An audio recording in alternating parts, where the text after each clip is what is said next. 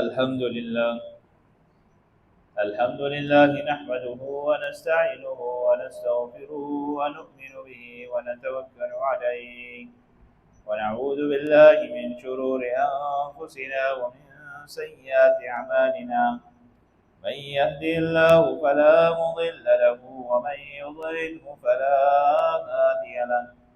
ونشهد أن لا إله إلا الله وحده لا شريك له. ونشهد أن سيدنا ومولانا محمدا عبده ورسوله أرسله بالحق بشيرا ونذيرا. من يطع الله ورسوله فقد رشد ومن يعصهما فإنه لا يضر إلا نفسه ولا يضر الله شيئا. قال الله تعالى في القرآن الكريم والفرقان الحميد: أعوذ بالله من الشيطان الرجيم. بسم الله الرحمن الرحيم. بل تؤثرون الحياة الدنيا والآخرة خير وأبقى. صدق الله العلي العظيم، ونفعني وإياكم بآياته والذكر الحكيم. اللهم صل وسلم على سيدنا ومولانا محمد بعدد من صلى وصام. اللهم صل وسلم على سيدنا ومولانا محمد بعدد من قعد وقام. اللهم صل وسلم على جميع الأنبياء والمرسلين وعلى سائر الصحابة والتابعين وعلى عبادك الصالحين. دوستانو عزیزانو، الله رب العزت مسلمانانو باندې د شوال میاشت چې کله راوسته نو ابتدای د مسلمان باندې د خوشحالۍ نه وکړه. حدیث شریف کی راځي چې جناب محمد رسول الله صلی الله علیه وسلم چې کله عید الفطر ورځ راغله، صحابه کرام رضی الله عنهم اجمعین و جناب محمد رسول الله صلی الله علیه وسلم مجلس کې ناست دي. د الله رسول صلی الله علیه وسلم ورته فرمایل چې د برکتونو میاشت وه، په هغې کې چې چا څومره ځان دپاره ګټه کړې وي هغې ټولو سیله به الله رب العزت د آخرت په ورځ ورکوي، او معمولي خوشحالي تاسو باندې په دنیا کې د عید الفطر په شکل کې راوسته. بیا دغه رنګې چې کله رب العالمین په مسلمانانو باندې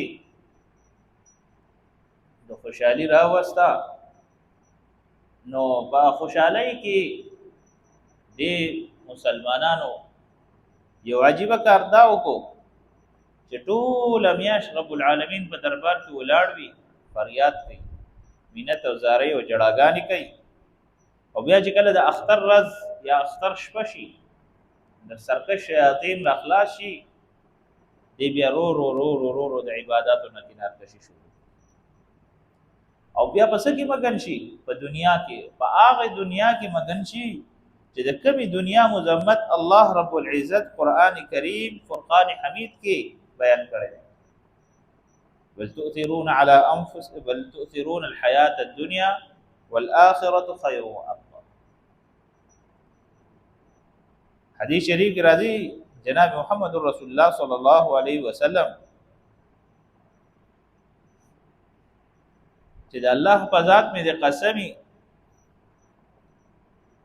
چې دنیا په مقابله کې د آخرت، یعنی د آخرت په مقابله کې د دنیا هیڅ حیثیت نشته. او بل روایت کې راځي، د مسلم شریف روایت ته، چې جناب محمد رسول الله صلی الله علیه وسلم ارشاد فرمایلی دي چې د آخرت دومره د عیش او عشرت او دومره د آرام او د سکون ژوند دی که چېرې هم انسان په سمندر کې ګوته ډوبه کړي او هغه ګوتې سره کمې اوبه او کم څاڅکي یو ځای شي، وی د آخرت په نسبت باندې د دنیا د ژوند د دې څاڅکي برابر هم حیثیت نه لري. نو رب العالمین قرآن کریم کې ځای په ځای د انسان ته تنبیه ورکړې ده، ځای په ځای وته وارننګ ورکړی دی، ځای په ځای ورته پوهې دپاره دغه رنګې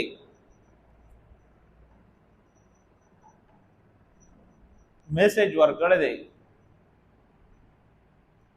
چې الله رب العزت تا ته د دنیا نعمتونه پیدا کړي دی د ضرورت لپاره پیدا کړي. دنیا یې درته دارالاسباب جوړ کړی، اوس په دې دارالاسباب کې الله رب العزت چې تا نه څه مطلوب دي ته هغه پوره کړې نه. تا ته الله رب العزت کم نعمتونه درکړي د هغې ته شکر ادا کړې نه. تا ته الله رب العزت کم سکون درکړی د هغې سکون شکر نه ادا کړي. هر انسان نن سبا دا دعوه کوي چې الله دې ماته مال راکړي ماته به سکون میلاو شي. دا غلطه خبره ده. الله رب العزت انسان ته سکون، مسلمان ته سکون په دین کې ایښی دی، او په دین کې د ټولو نه بنیادي څیز کم یو دی چې ته یوازې ناست دی د الله رب العزت په ذکر کې مشغول.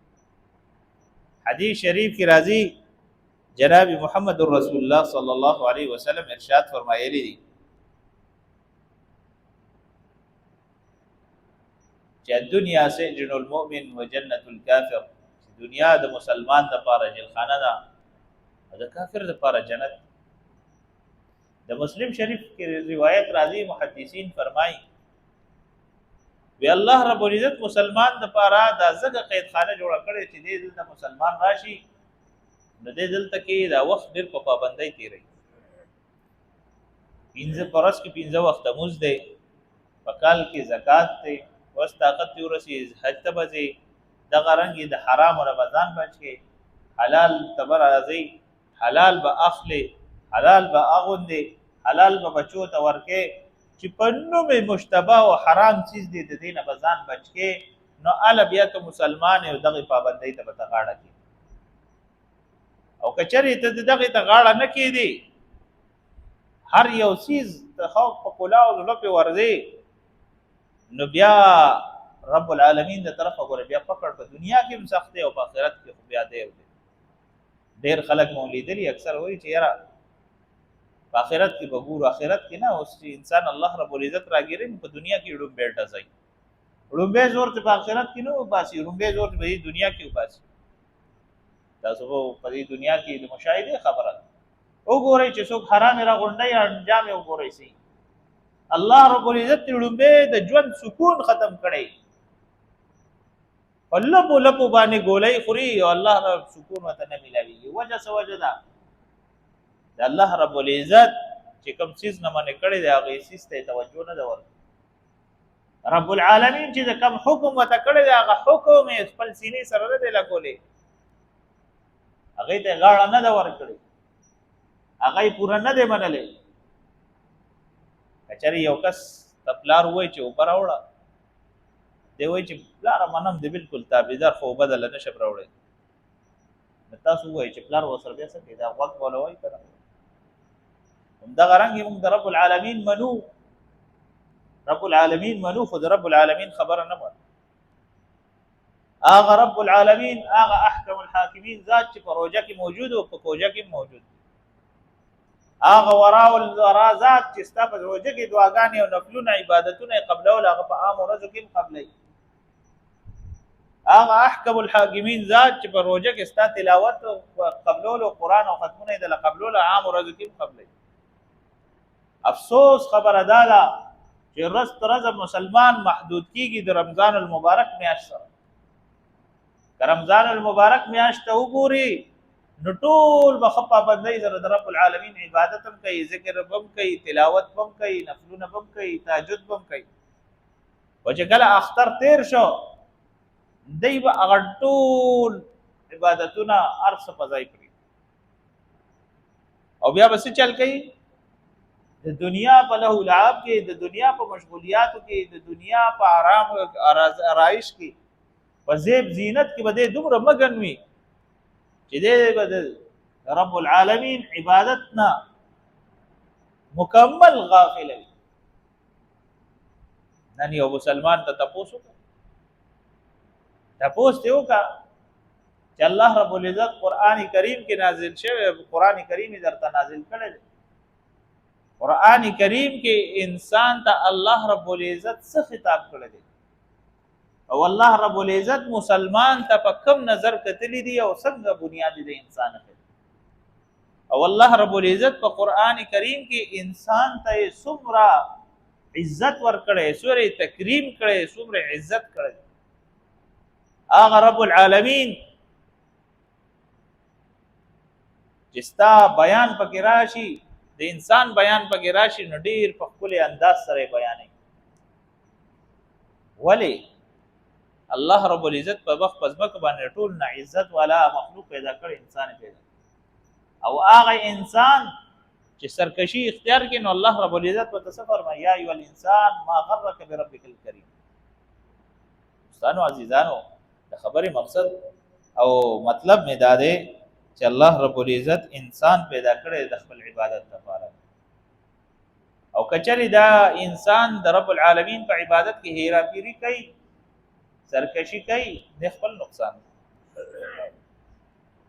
حدیث شریف کی راضی جناب محمد رسول الله صلی الله علیه وسلم ارشاد فرمایلی دي چې دنیا ته انسان راشي، د مثال د یو مسافر د پسورلۍ باندې روان دی، بلاره کې اون رااله، سورې دی ورته، سوري لاندې کېناست، آرام یې وکړو، دمه یې وکړو، بیا د هغې نه مخکې روان شو. دغه رنګې دنیا ته انسان راشي، آرام او د معمولي دمه وکړي، په سفر باندې روان دی، معمولي ودرېږي. دا معمولي انتظار، دا معمولي دمه چې دا د انسان لپاره د دنیا همیشه د ابدالآباد ژوند خو ده ته پاتې دی. په ابدالآباد ژوند دپاره دا په دې دنیا کې د خپل محنت دغه رنګې خپل ځان دپاره محنت ضرورت. که دا انسان معاشري ته وځي، که دغه رنګې د خپلوانو حقوق سره شي، د دې به پکې صفر وي. که دغه رنګې رب العالمین حقوق الله عبادت، حقوق الله وي، په حقوق الله کې به هم د کسر ساتي، په حقوق العباد کې به هم په ده کې کسر وي. د رب العالمین سره به هم د پوره دوستي صحیح نه وي. رب العالمین سره به دوستي هم د غرض دپاره ساتي. الله رب العزت سره که دوستي ساتي د خپل غرض دپاره چې الله دا کار مې وکړي، دا کار مې وکړي، دا کار مې وکړي. چې کله د دې انسان هغه کارونه سرته شي، بیا به هغه تعلق، هغه دعا، هغه ذکر اسکار ټول هر څه ختم شي، بیا یې نه کوي. ډېر مې لیدلي مشکل کې، مصیبتونو کې، آفتونو کې دعاګانې ډېر غواړي. استاد جي دعاګانې کوئ، دعاګانې کوئ، آفت دي، مصیبتونه دي، پریشانۍ دي، چې الله رب العزت پریشانۍ او مصیبتونه ختم کړي، بیا نماز کوي، نه اودس کوي، نه تلاوت کوي، څه نه. گویا چې موږ د رب العالمین سره تعلق هم د غرض په بنیاد ساتو. دا غلطه خبره ده. الله رب العزت ولې موږ د غرض دپاره پیدا کړو؟ الله رب العزت خو موږ د کامیابۍ دپاره پیدا کړو، او دا ابدالآباد د ژوند لپاره پیدا کړو، چې د انسان په دې حال کې د دې ګنټې یوې ګنټې پرچه چې څنګه انسان ورکوي د ټول کال بنیادي پې، نو دغه رنګې که انسان د یو شپېتو کالو یا د اویاو کالو دا پرچه دی ورکوي، دلته کې همیشه د ابدالآباد د ژوند فیصله پې. دوستانو عزیزانو، عرض مې دا کولو چې الله رب العزت دنیا پیدا کړې د انسان د ضرورت لپاره، او دا دنیا داسې ده چې انسان ته د دې خواږه ډېر ښکلې محسوسي. ځکه نبی کریم صلی الله علیه وسلم ارشاد فرمایلی دی که نه، کن فی الدنیا کأنک غریب، یعنی په دنیا کې داسې اوسېږه چې څنګه یو سړی مسافر یې پاتې کېږي، یو ځای کې مسافر یې پاتې کېږي. او دغه رنګ حدیث شریف کې راځي چې نعم المال الصالح للرجل الصالح، یعنی د نیک سړي دپاره حلال مال ډېر ښه دی.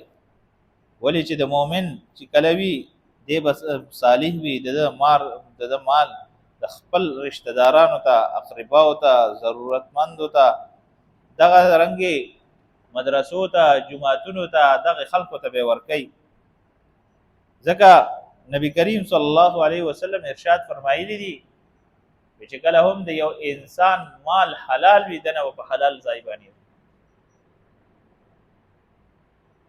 د غرنګ نور شاه کشمیری رحمت الله علیه فرمایلی دي چې دنیا کې انسان دا سوچ کوي چې زما مال حلال دی که حرام دی، د ډیر زیات چې کم کسانو علما مرګري او په دیندارو باندې طلباء باندې په دې باندې دا غي مال خرج کیږي، د دا سعادت وګڼي چې زما مال په خو خلکو باندې لګي، رس په قیامت با دغه مال دغه پیسې د سيزونه به رب په قیامت الله رب العزت په دربار کې گواہی ورکړي.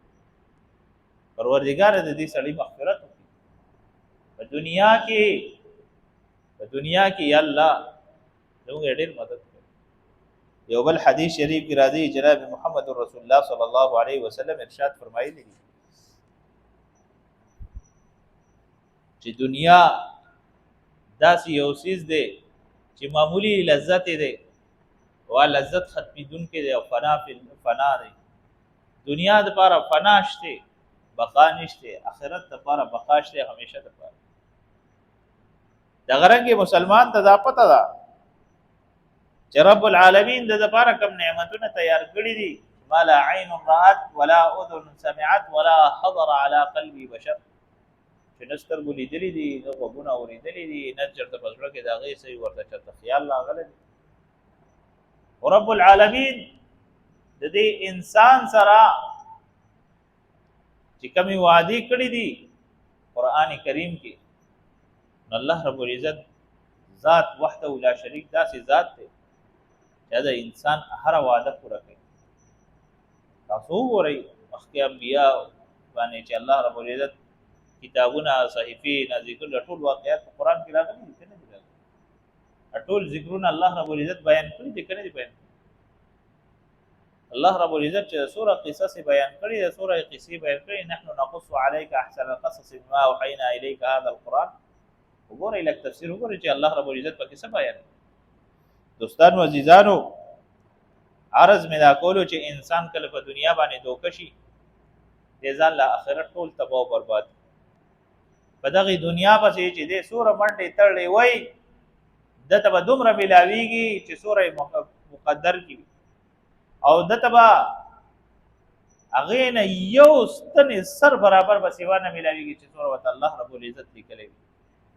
دو سيزونه دي چې انسان پسې شاته همیشه ګرځي، یو د مرګ فرښتہ ده، یو د رزق فرښتہ ده. د مرګ فرښتہ اتا پسې ګرځي چې کله هم د وخت پوره شو ساده پوره شو، اذا جاء اجلهم لا يستاخرون ساعه ولا يستقدمون، چې کله د اجل پوره شو نه به یو سکند مخکې کیږي نه به یو سکند وروسته کیږي. د غرنګ الله رب العزت ستاسو د پاره رزق مقرر کړی دی او هغه رزق ستاسو چې په دنیا کې پاتې وي هغه پورې تعالی مرګ نه راځي.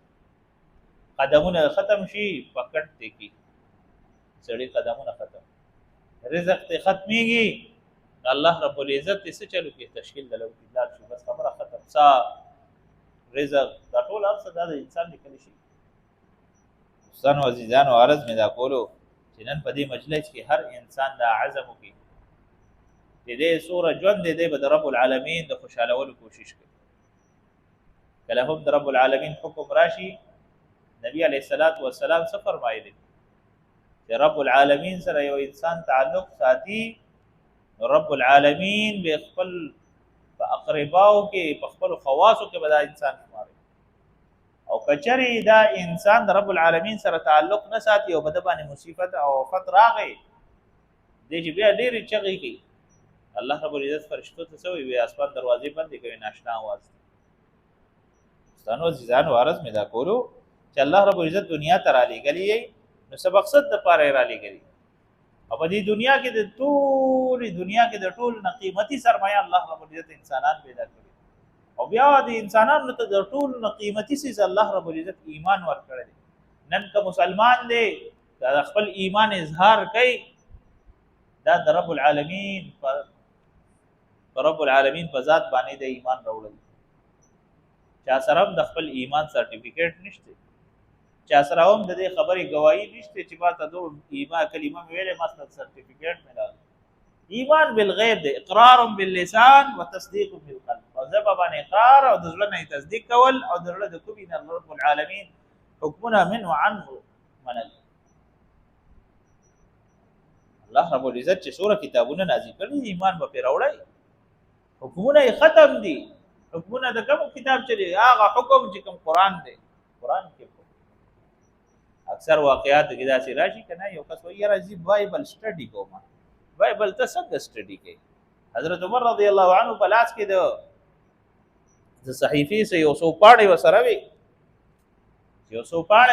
وي نبی کریم صلی الله علیه وسلم د ډېر غوسینا مخصم سور تور واګي وسره ابو بکر صدیق رضی الله عنه ورته وی الله دې تا پوهه کوي ته ګورې نبی علیہ الصلوۃ والسلام رنگ ده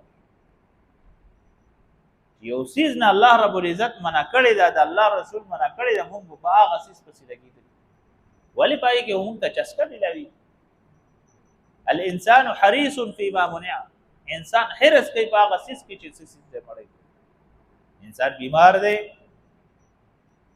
ډاکټر لاله چې د خبرې بیماری پته نه لري ډاکټر وته یې راځي خو به نس کې دې بیا سي خو بو تړکی بلډ پریشر بیمار دی ډاکټر وته مال کا بنا خو راسي به مال کی تجربه کیږي با مرزه کې نه خو شوګر بیماری ډاکټر وته چې دغه رنګ چینی خواږه سيزونه بل خو راسي به خوږی ته بیا ځي دا د انسان یو حرست دی انسان په ماده کې یو څو سيزونه دي چې الله رب العزت هغه د خمیر کې هغه غلي یو د عبادت خاصیت هغه غلي دی یو د حرس او یو رنګ دغه د لالچ دا درې ماده د انسان په خمیر کې هغه غلي حسن بصری رحمت الله علیه فرمایي چې الله رب العزت کله انسان ته کامیابی ورکړي په دنیا کې وې د خپل مقربین او د برګزیده خلکو په خوا کې او په مجلس کې نه وغي سره قربت حاصله وغي ته نزدیکی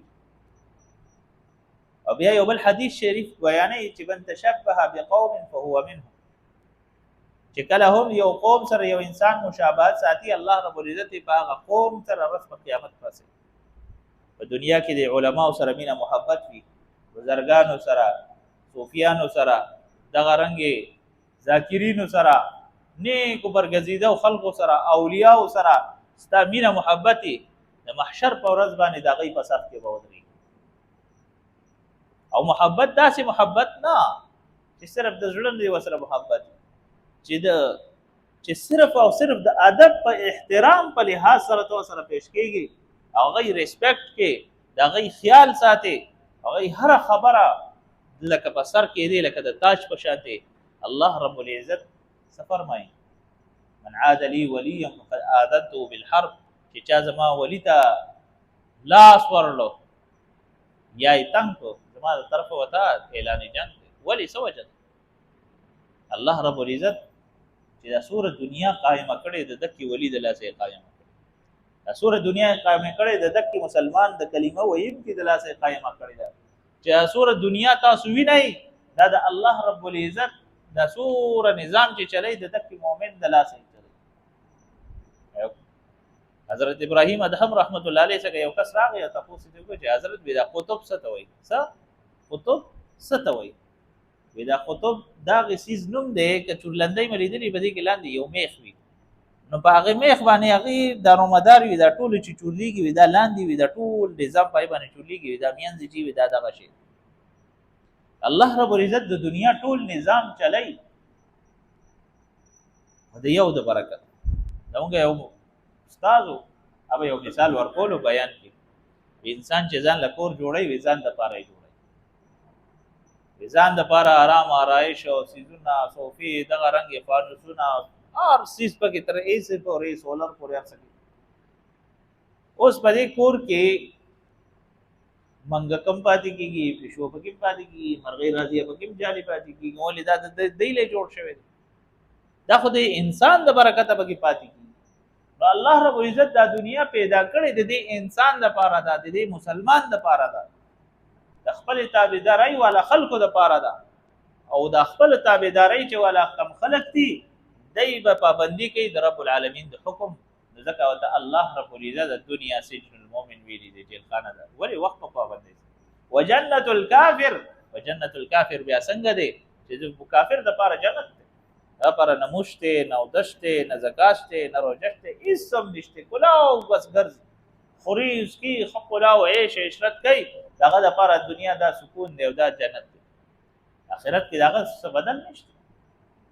دا نن سبا چې هر یو انسان ارمان کوي کاش یورپ ته لاړې، کاش دې ځای ته لاړې، دغه ارمان به هغه خلک زمونږ پسې کوي په قیامت پرس، چې الله رب العزت کله اخرني او جهنمي راوباسي او جنت ته بوزي.